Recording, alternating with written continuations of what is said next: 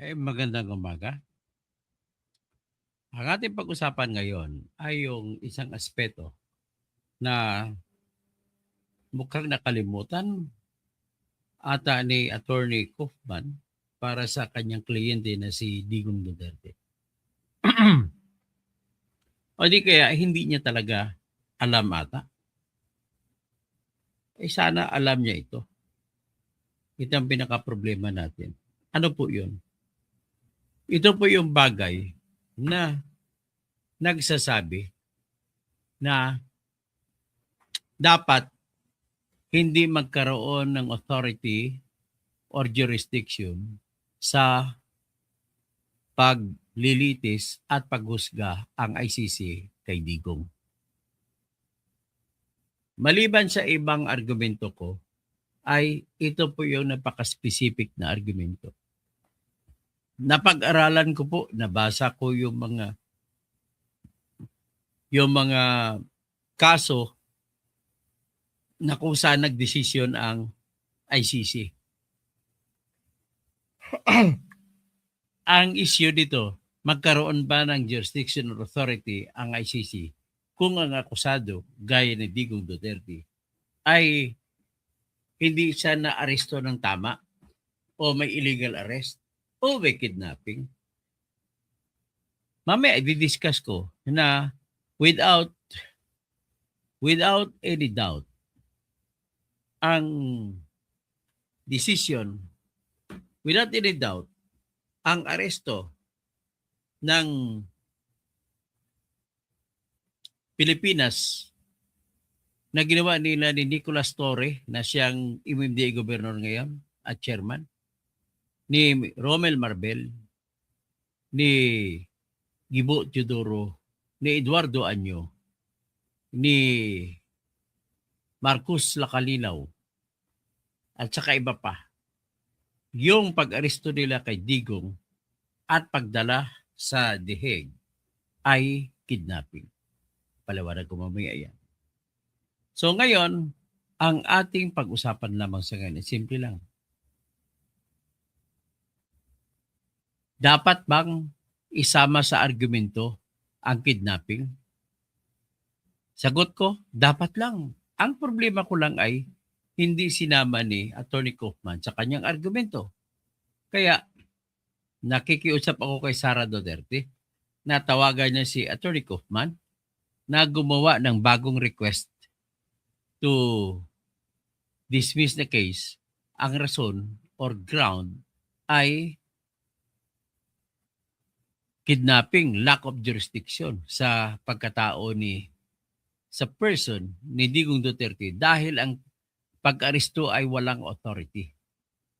Ganun lamang po ang ating pag-usapan. Ngayon, ang tanong dito, may katuturan ba? Sagot, may katuturan. Sapagkat, anong dahilan? Sapagkat, unang-una, ang International Criminal Court ay korte na para pang human rights. At yung pag-aresto ay paglabag sa human rights, nagdudulot yan ng pagka-torture sa utak ni Digong Duterte.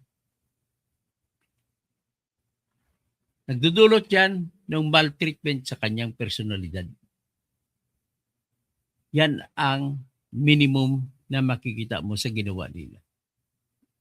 Pangatlo, kung rason, ay yan po ay illegal sapagkat wala pong batas sa Pilipinas na nagbibigay ng authority sa Interpol at ICC na mag-aresto ng sinumang tao sa loob ng Pilipinas kung hindi member ng ICC ang Pilipinas. Wala pang batas na ginawa sa Pilipinas. Ang pinakamalapit na batas na laging binabanggit ni yung Sirimulya na lumalabas buburin na abogado ay ang Republic Act 9851. At specifically, binabanggit niyang Article 17. Sa Article 17 po ay tahasang sinasabi ng batas natin, sariling nating batas, Republic Act 9851, na may original na jurisdiction or authority ang Pilipinas sa paglilitis at paghuhusga sa mga crime against humanity na ginawa sa Pilipinas. At kung may authority pala, bakit hindi ginagawa? Okay, may authority. Ngayon, pinakamaganda siguro dito ay buksan ko po yung batas na Republic Act 9851. At tingnan po natin ang Section 17.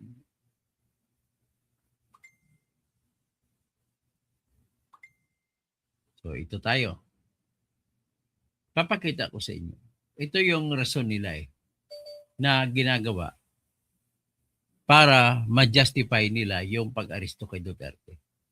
Ito pong justification ni Remulla ay hindi matatanggap kasi hindi siya na-justify dito. Ibig sabihin, hindi niya magagamit na rason ito sapagkat wala sinasabi ng batas na ito na magbigay ng kapangyarihan or authority sa Pilipinas na arestuhin na lang ng basta-basta si Duterte at ibigay sa tinatawag na International Criminal Court.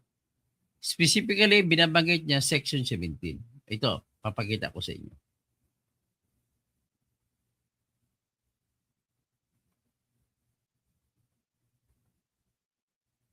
Itong Section 17.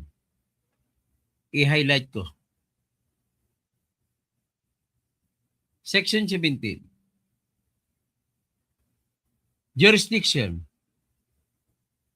The state, yung Philippines, shall exercise jurisdiction over persons, whether military or civilian, suspected or accused of a crime defined and penalized in this act, regardless of whether the crime is committed, provided any one of the following conditions is met. A, the accused is a Filipino citizen. B, the accused, regardless of citizenship or residence, is present in the Philippines. Or C, the accused has committed the said crime against a Filipino citizen. Dali lang. Nahulog ang aking cellphone.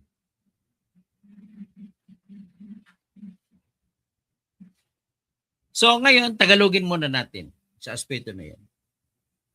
Sinasabi sa unang bahagi ng batas na ito na pwedeng kukunin ng Pilipinas ang jurisdiction tungkol sa halimbawa crime against humanity kung isa sa tatlo na condition ay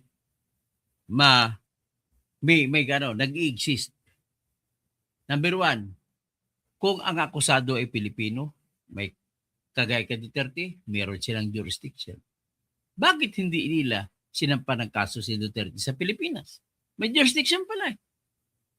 Number 2, kung ang akusado, kahit ano man siyang kanyang citizenship o kanyang tirahan, basta nakita siya sa Pilipinas, ay pwede siyang kasuhan sa Pilipinas. Because of the fact na international crime, itong tinatawag na crime against humanity. Number 3, kung ang akusado ay nakagkasala laban sa Pilipino kahit saan man nagawa. Yan po ang sinabi. Ngayon, dito naman sa pangalawang paragraph, sinabi, sa kapakanan ng katarungan ay ang opisyal o korte ng sarili natin ng Pilipinas o piskalya natin ay pwedeng hindi na mag-imbestiga at hindi na magkakaso laban sa kung sino mang akusado na nababanggit sa itaas. Provided, pwede na. Ibig sabihin, pwede. Ibig sabihin na pwede ay pwede niyang pabayaan na lang or pwedeng idiin pa rin na kailangan may jurisdiction. Regardless kung may ibang international court ang humahawak ng kaso o wala. Ibig sabihin, nasa Pilipinas pa rin, kahit na nasa ICC na ang kaso, pwede pa rin idiin ng Pilipinas na sila na ang magkakaso. Pero problema, mas pinili ni Bongbong Marcos na hindi. Bakit? Ibig po sabihin ay parang inaamin niya na walang kakayahan ang Pilipinas na magsampa ng kaso laban kay Digong at mga kasabwat nito. Kasabwat kung crime against humanity ang pag-usapan. Mas pinili nila na hindi na magkuhan kasi meron na daw International Criminal Court. So ano ang meron? Ang International Criminal Court na nag-imbestiga. Although illegal, sabihin natin na meron. So ang sinabi ay kung sa ganong sitwasyon na ayaw, pwedeng gawin ng Pilipino ay isurrender o extradite ang akusado kagaya ni Duterte. Tanong, kailan isurrender o extradite? Pursuant to kung mayroong extradition laws o treaties na pwedeng legal na mapagbabasihan. So ang tanong, meron mang extradition treaty sa gitna ng ICC at Pilipinas? Wala. Meron bang treaty sa gitna ng Pilipinas at saka International Criminal Court? Sagot, wala. Kasi nag-withdraw ng Philippines at naging final na ang withdrawal noong May 17, 2019. At bakit pala naging final? Naging final po yun sapagkat noong May 16, 2018 ay nagsampa ng withdrawal ang Philippines mula sa Rome Statute o International Criminal Court. So dahil nakalagay sa Article 127 ng Rome Statute na kung mag-withdraw ka, kailangan pa ng 1 taon na palugit bago sabihin na tuluyan ka nang naghiwalay sa Pilipinas, sa ICC. So iyan po ang sinasabi sa Article 127. Tika muna pala, ano palang pakay, bakit nagbigay pa ng 1 taon na palugit ang Rome Statute? Ito po ay sadya na binigay sapagkat sakasakaling may mag-withdraw na bansa ay mabibigyan ng pagkakataon na mahabang pagkataon 1 taon ang International Criminal Court na gawin na nila ang kanilang dapat gawin na habang hindi pa naging final ang withdrawal para maipagpatuloy nila yung pagsampa ng kaso kung meron mang taong dapat sampa ng kaso. Which is, ang tanong, ginawa na ba ng International Criminal Court ito? Sagot, hindi po. Bakit? Naging final ang withdrawal ng Pilipinas noong March 16, last day yan, o March 17 na lang naging final, 2019. Ay hindi pa rin sila nagsampa ng kaso laban kay Digong. Ano nang ginawa nila? Nagkasya na lang sila sa preliminary examination na nag-examine lamang. Ang examination pa ay parang police station na gumawa, nag-imbestiga mga police station. Meron silang mga investigador, detective, naghanap pa ng ebidensya. Ibig sabihin, kulang ang ebidensya. Pag sinabi mo examination, wala pa silang ebidensya na sapat. Kaya nga, nag-examine muna eh. Otherwise, kung may sapat na silang ebidensya, nagsampa na kagad sila ng kaso.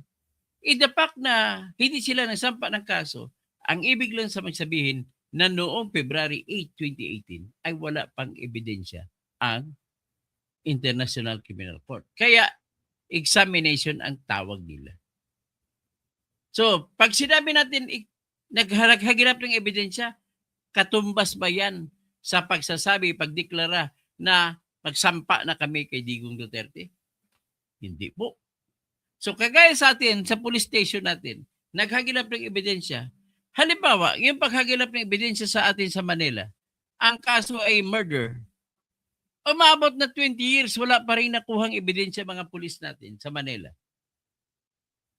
At sapagkat sa ating revised penal code nag-uutos na pwede ka lamang magsampa ng kaso sa loob ng 20 years mula nung nangyari ang krimen, At kung lampas na ang 20 years, hindi na pwede magsampa ang pulis ng kaso laban sa tao kapag nalaman nila na may sapat na sila na ebidensya ng panahon na yun lang. Dangan kasi sa ating Article 90, nagsasabi na ang prescription sa bawat krimen sa Pilipinas ay kailan susukatin? Susukatin sa araw ng madiskubre ng mga pulis ang krimen. Na-discover na ng krimen, hindi man lang sa kulang pa sila ebidensya at naghagilap sa ebidensya at wala silang makuha ng dagdag ebidensya, hindi sila pwede pagbigyan dahil wala pang ebidensya ay pagbibigyan na lampas sa 20 years ay magsampa sila ng kaso, bawal yon. In the same manner, ganun din po sa ICC na binibigyan kayo ng 1 taon na palugit na magsampa ng kaso mula nung panahon na naging final, nagsampa pala ng withdrawal ang Pilipinas noong March 16, 2018. Bakit hindi nagsampa? Ibig sabihin po, ay expired na ang karapatan ng ICC na magsampa ng kaso laban kay Duterte. Yan ang unang argument ko. Argument din yan ni Kaufman.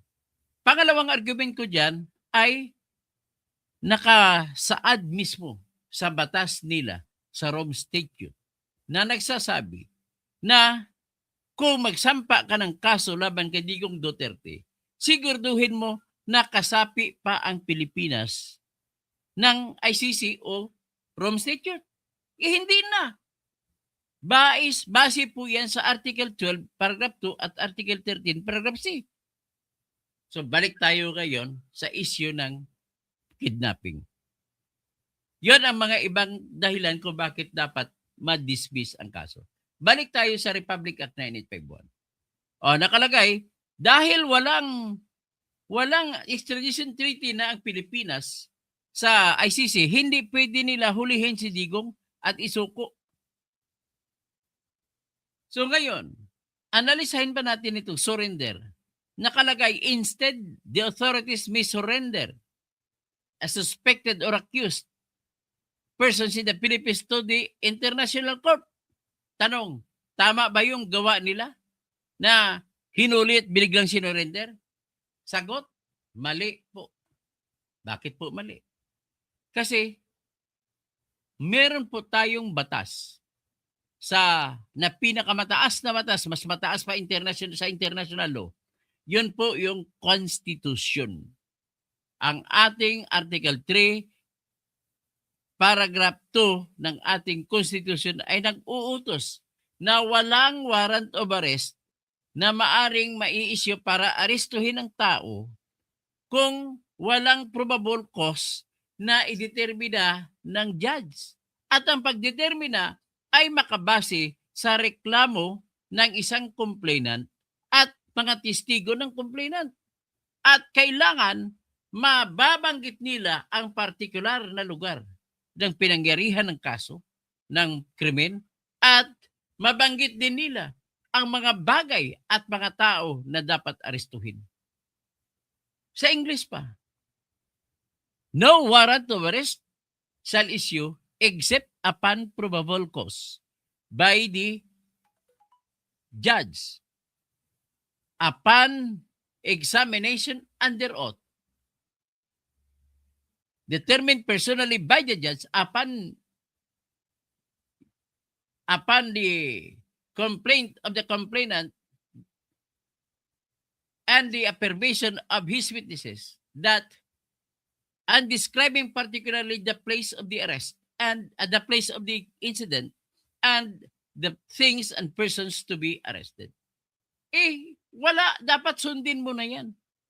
Nakalagay rin po sa ating Article 3, Paragraph 14, Section 14, na pwedeng arestuhin ang tao kung may warrant of arrest labang sa kanya. Yan po ay very clear. So ngayon, magtatanong tayo ngayon. Yung arrest warrant ba ng ICC ay sapat na para sabihin kahit na dinaan sa Interpol, sapat na para gamitin pang-aresto sa tao dito sa Pilipinas? Sagot, hindi po pwede. O sa Section 14, nagsaba, no person shall be held to answer for a criminal offense without due process of law. So, ngayon, ang ginawa nila ay inaresto na walang due process. Inaresto at saka tinapon na sa dihig. So, nilabag nila ang Article 2 at Article 4, Section 2 at Section 14 ng Article 3 ng ating Constitution.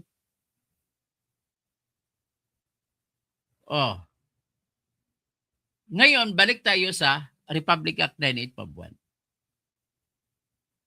So, ibig sabihin, klaro na mali ang pag-aresto na kay Digong kasi walang dahilan para arestuhin, so hindi nila pwede i-surrender. Yan ang kidnapping. Ngayon, sa ilalim natin ng batas ng ating Pilipinas, sa Revised Penal Code, ang sinumang maghuli sa tao o kikidnap o abduct na walang dahilan ay ikukulong ng habang buhay kung sa serious ito na pagka-kidnap at dinitin mo na mahigit 3 araw. Mahigit na 3 araw na wala si Digong. Hindi nakalaya. Kaya makukulong sila ng habang buhay.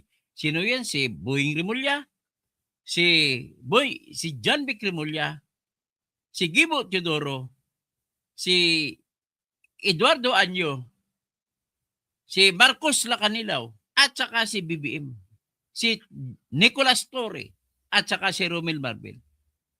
Yan po ang very clear. So, ibig sabihin, pwede itong gamitin, itong argumento, pwede itong gamitin ni Atty. Kaufman para mag-file ng request sa International Criminal Court Pre-Trial Chamber na palabasin si Duterte dahil illegal ang pagka-aresto sa kanya. Pwede niya gamitin. Wala, hindi masuportahan ng batas ng Pilipinas.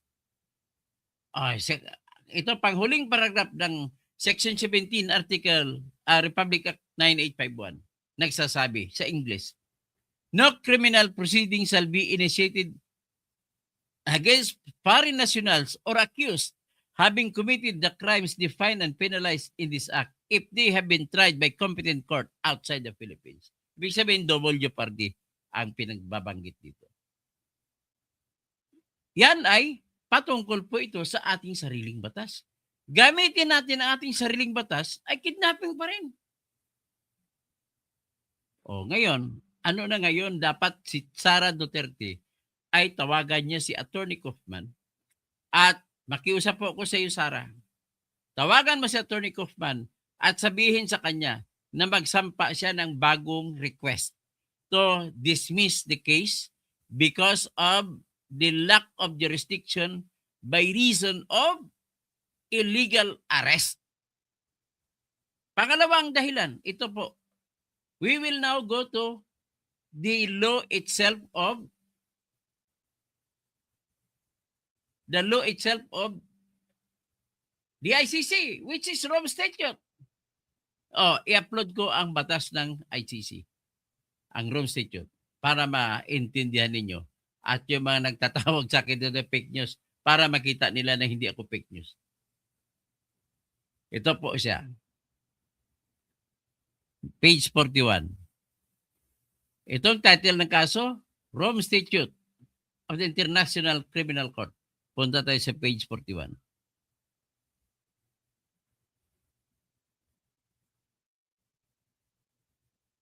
Ito.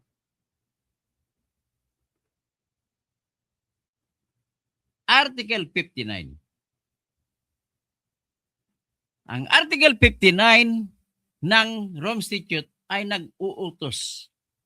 Sabi niya, paragraph 1, Article 59, arrest proceedings in the custodial state. Ang custodial state dito yung Philippines kasi sila nag-aresto. So, a state party, which is the Philippines in this case, which has received a request for provisional arrest, or for, ang tinatawag dito state party, hindi na matawag na state party ang Philippines. Kasi nag-withdraw na. Ang state party tinatawag yung hindi pa nag-withdraw. Nevertheless, nag-withdraw man siya hindi, may obligasyon siya, a party which has received a request for provisional arrest or for arrest and surrender shall immediately take steps to arrest the person in question in accordance with its laws and the provisions of Part 9. Paragraph 2. Kung maaresto na ang tao, a person arrested shall be brought promptly before the competent judicial authority in the custodial state. So, ang utos ay dalhin kagad sa korte ng sarili nating korte sa Pilipinas. Ginawa ba? Hindi. Bagkus pinalipad sa dihig. Ito ngayon ang number one justification ni Attorney Kaufman na kung bakit dapat malabas ang jurisdiction, walang jurisdiction ang ICC sa katauhan or person ni Duterte. So ano sinasabi rito? Ang buong batas na ito nagsasabi, a person arrested, si Duterte, shall be brought promptly before the competent court, lokal na korte natin, before the competent judicial authority in the custodial state, Philippines. Ang lapit ng korte sa Pasay lang ang RTC, which shall determine in accordance with the law of that Philippines that the warrant applies to the person. Ang warrant nag-apply ba kay Duterte? Ang tanging korte lamang na Pasay Court ang magsasabi that the person has been arrested in accordance with the proper process. Nasunod bang proseso? O dapat alamin niya ng korte ng Pasay City. The person's rights have been respected. Nirespeto bang karapatan ni Digong? Wala. Lahat po ito ay palpak. So, yan lamang po ang aking masasabi sa inyo. Dapat nakikiusap ako kay Sara Duterte. Tawagan mo po please. In the name of justice, in the name of our law na dapat hindi nilapastangan ang batas ng Pilipinas at ang batas ng Rome Statute, ay tawagan mo po si Attorney Kaufman. Bakit hindi niya ito ginawa? Hindi niya sinama sa kanyang argumento. Dapat sinama niya ito. Tawagan mo po siya. Ngayon, bakal magdadalawang isip siya. Ito po ang aking katwiran. Number one na katwiran ko ay yung kaso ni Digong po na illegal arrest ay first time lamang po nangyari. First time. Sa ibang mga kaso na hawak ng ICC ay hindi pa nangyari. First time pa lamang nangyari na inaresto na walang warrant. Ngayon, sa mga first time na yan, isa sa mga kaso na mga dati, mga lapit-lapit na kaso, basahin natin.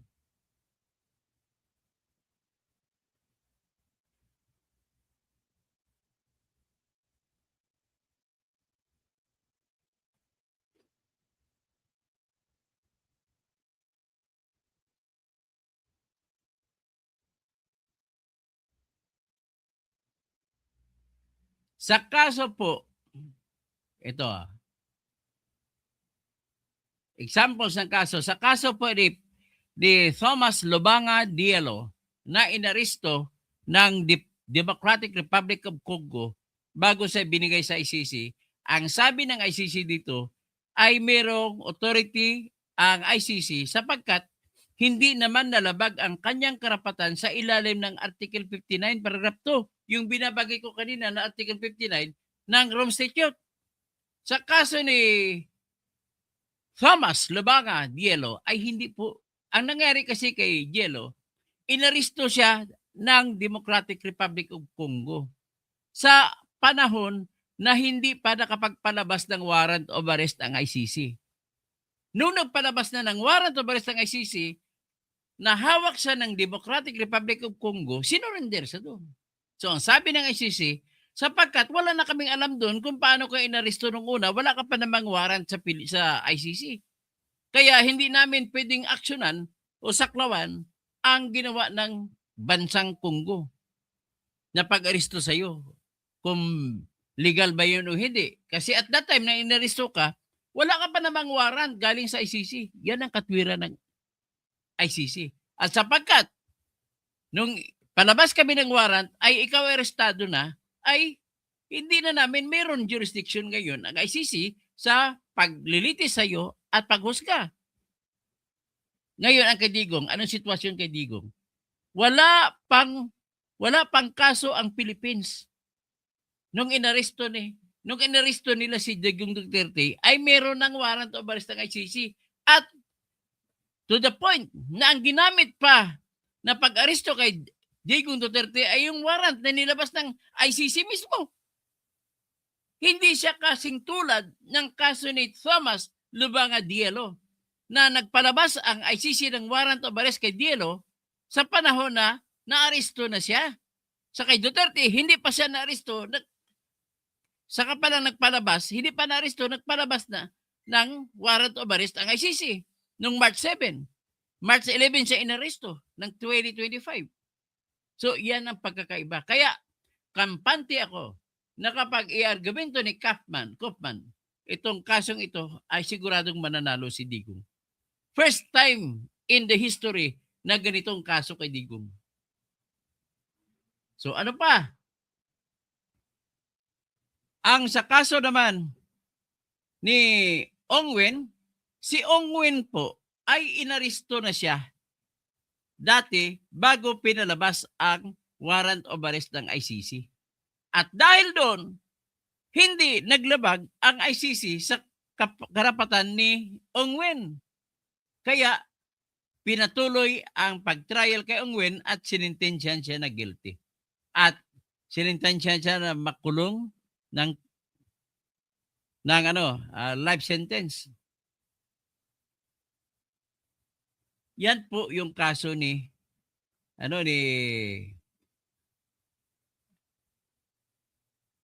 Ongwen.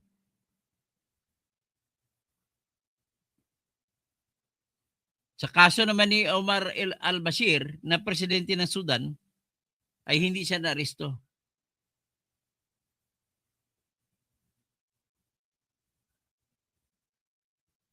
So ibig sabihin, very virgin pa rin sa ngayon ang sistema sa ICC. Virgin pa sila sa sitwasyon kung pwede man nilang tanggapin ang kaso, ang tao na illegal pag-aresto. Wala pang decision. For the first time pala kay Digong mangyari. Kaya dapat samantalahin na ni Atty. Kaufman na magsampa na siya ng kaso ng motion o request na ibasura ang kaso kay Digong sa rason na ang pag-aresto sa kanya ay kidnapping, hindi na sanction, labag mismo sa batas ng Pilipinas. Ngayon, titingnan natin, kailangan po, Madam Sara, na mabanggit ni Atty. Kaufman yan. Kasi pag hindi niya mabanggit, ay para na rin po na nag-waive si Digong sa kanyang karapatan. Kailangan ay mai-argumento niya ito. Kagaya po sa kaso ni Ongwen. Ang kaso ni Ongwen ay sinisisi siya ng ICC, bakit hindi ka nagreklamo? Yun, hindi nagreklamo si Ongwen. Kaya binasura ang kanyang request sa kanyang decision nila, kasama na ang request na ibasura ang desisyon laban sa kanya sapagkat illegal ang pag-aresto sa kanya. Pero sinabi ng ICC, nagdesisyon na tayo. Hindi mo man lamang ito inargumento sa simula pa lamang.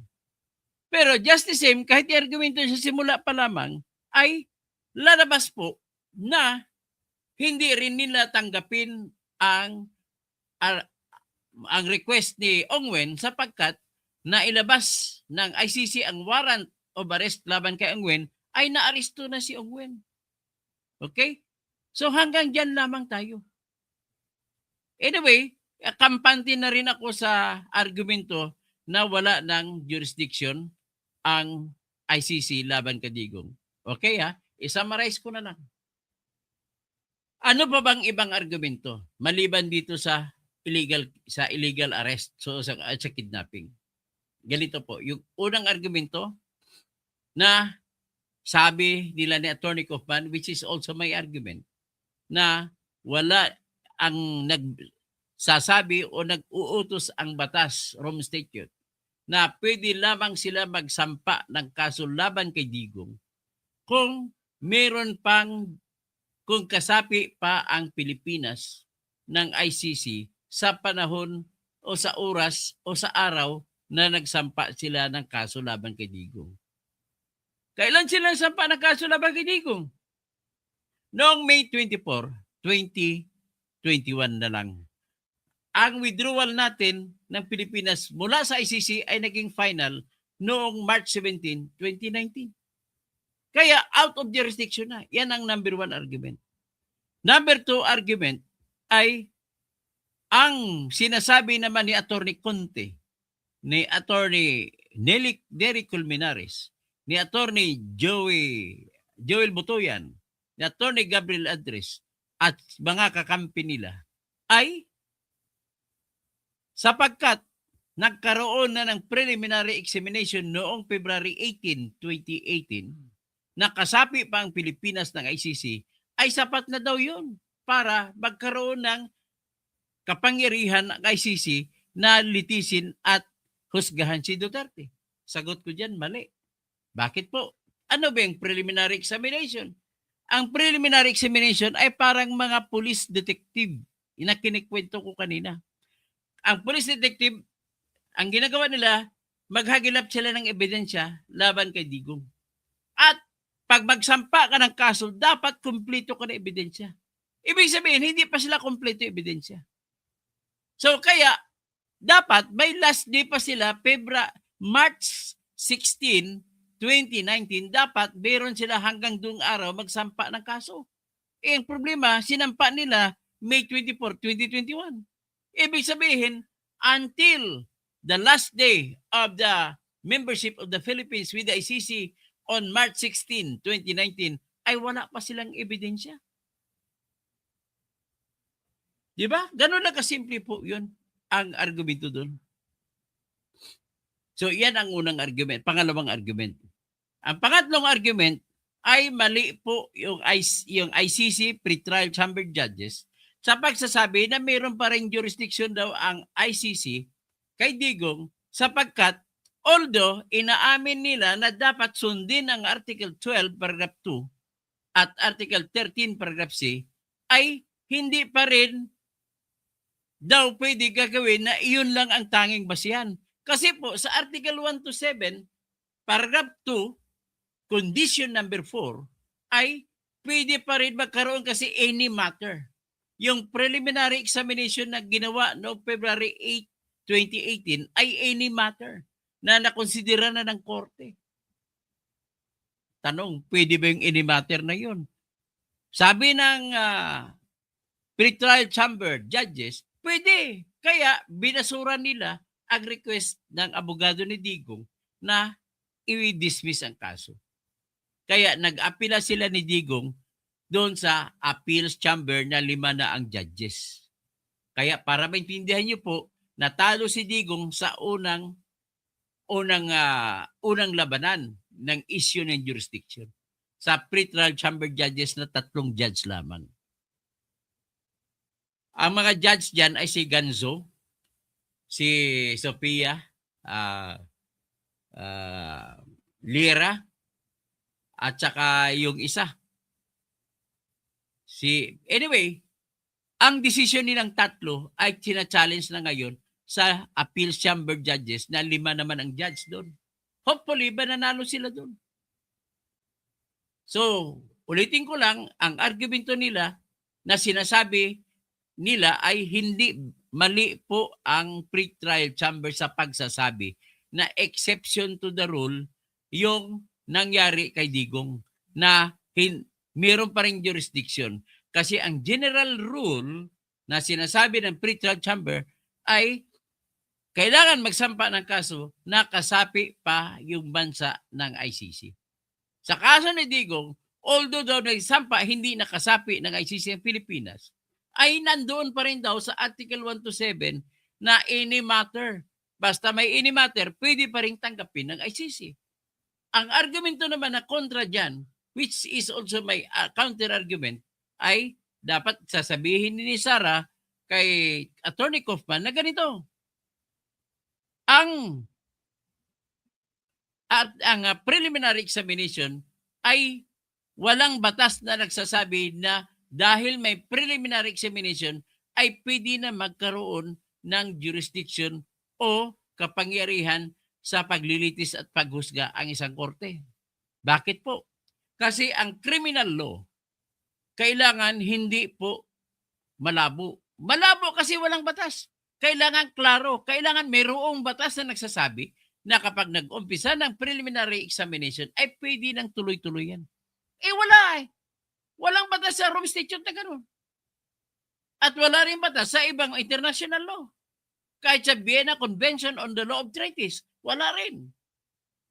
Therefore, by the absence of the law giving power to preliminary examination as sufficient to vest jurisdiction to the ICC, then that case against Duterte must be dismissed. That is the only simple answer to that. If only Miriam Santiago were alive today, she will argue in the same manner and vigor as I argue now. So ano pang iba? Yung iba, na mali naman ang jurisdiction, mali naman ang argumento ng pretrial chamber. Binasura ng pretrial chamber judges yung argumento nila ni Kaufman nang sinasabi na kahit wala ng jurisdiction sa batas, ay may jurisdiction pa rin sa prinsipyo ng tinatawag ng Rome Statute.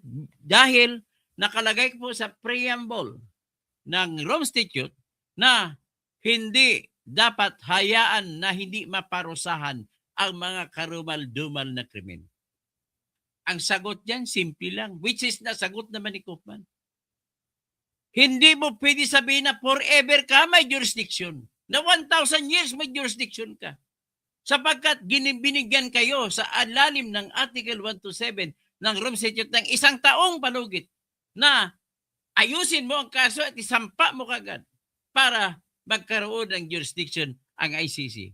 Sapagkat hindi nyo ginawa, para nyo na rin ina-argumento na kahit after 1,000 years, pwede pa rin isampa sa ICC ang kaso laban kay Digong na patay na si Digong yan. Di ba kabulukan? Ganon lang po kasimpleng argumento.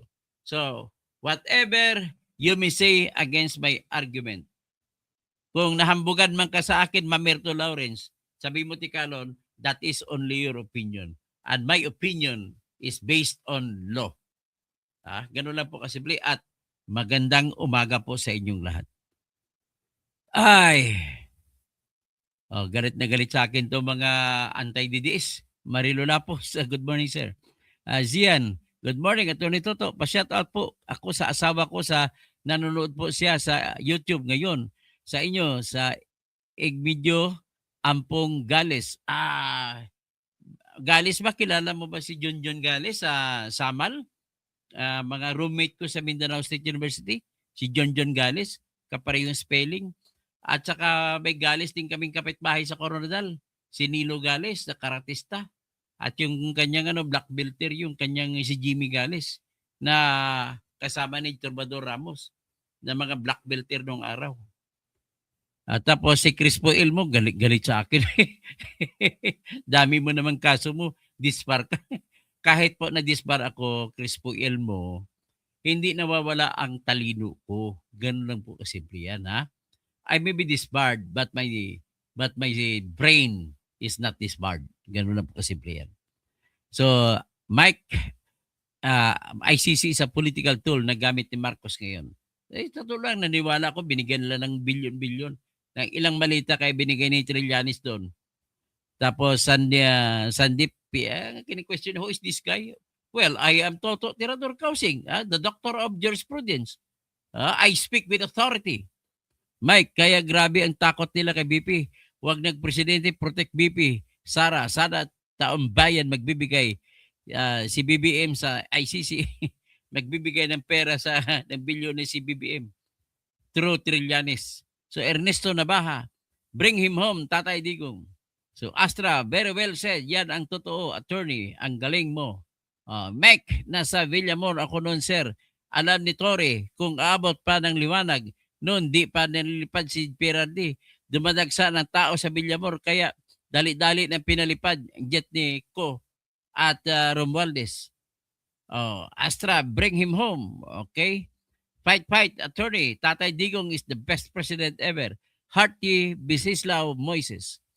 Tapos Mike, malinaw na kidnapping kahit turnover pa dapat dinaan sa korte ng Pilipinas. Tama po kayo. Gloria Jarita, bibitayin kasama ka. Galit sa akin. At kasing bumangon na tayo, huwag na natin ibenta ang buto natin. Berge Piquero, Astra sa totoo lang ito, laban ito ng mga kay mayayaman na mga sindikato sa taxes ng Pilipinas. Crazy watching sa Hong Kong. Astra, no? Pag nakaupo si Sara Duterte, ubos lahat yan. Feliciano Calvo, sana Attorney Toto, ikaw na lang ang abogado kay Digong. Baka lumusot pa. Siyempre, sinisigurado ko pag ako naging abogado.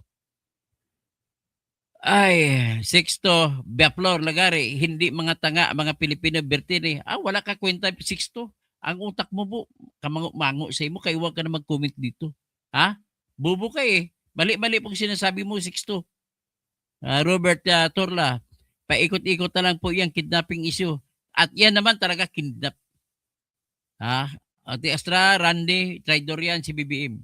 Antonio Mabagyo, huwag ninyo ipagtanggol ang demonyo. Ay, hindi naman siya demonyo. Ikaw lang sabi na demonyo eh.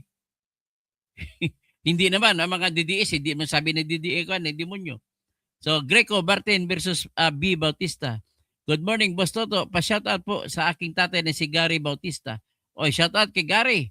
Tapos kung paano makapasar ka sa Bariksam kasi magtitik po siya. Sige, magli-lecture. Mag-member po kayo sa aking channel.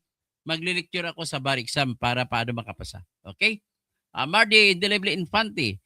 Kahit mga walang kwenta to si Mardy Infante. Migo ko to pero kamango-mango.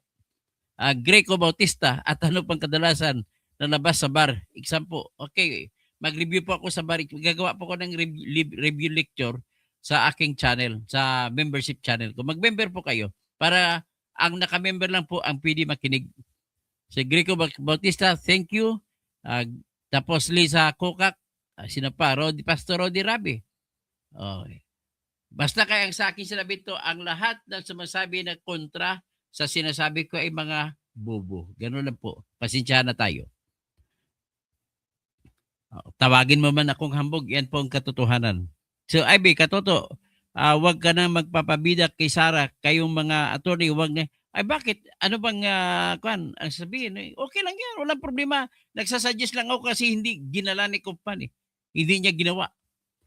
Chicken poopers. Dr. Toto, magkaaway na ba kayo? Sa oo, asar ako sa kanila kasi maka-BBM sila eh. Pabor ng pabor kay BBM. Yan ang problema diyan eh. Good morning, Boss Toto. Pa-shoutout po sa aking tatay na si Gary Bautista. Si Greco Bautista, isa pa siyang aspiring to be a lawyer po. Sige, tutulungan ko siya para makapasa. Edsel Claver Online. Shoutout, Sir Toto. Always watching your live here in Yamama Palace, Riyadh, Kingdom of Saudi Arabia. Salamat po. Greco Bautista, at ano po, kadalasan, okay po, ako na bahala dyan. Ivy Belen, talino san ang talino mo kung sa disbar ka? Ang disbar po ay hindi nagtatanggal ng katalinuhan ng tao. Tandaan mo yun, Ivy Belen. Ikaw ang bubo kasi hindi mo pala alam yan. Greco Martin B. Bautista, good morning, Boss Toto. Pa-shoutout po sa aking tatay. Okay, nag-shoutout na po tayo. File ng kidnapping islaban sa nag-file na po sila. Kaya lang pinoprotektahan sila ni Bongbong Marcos. Kaya kung matanggal na si Bongbong Marcos sa pagka-presidente, kulong ng habang buhay sila ni Remulla. Jose Lito Orindain, basta adik galit kay Digong. Ivy Balen, Cardo Dano, PBBM Solid, Perpor Serrano, Idol Toto, Happy New Year, watching from Iceland. Basta kami, sabi ni Cardo Dano, basta kami PBBM Solid kahit ano pang sasabihin niyo po. Ay, kabubo mo naman. Ang pag magnanakaw, maging solid ka sa magnanakaw, kakahiya ka.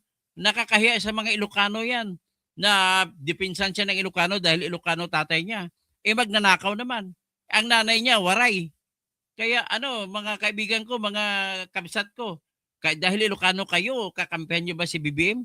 Bakit si Chubby Chingson galit kay BBM? Dahil magnanakaw si BBM. Luz Biminda, Credo, kita sinira niya yung mga Ilocano eh. Appeal to tribe.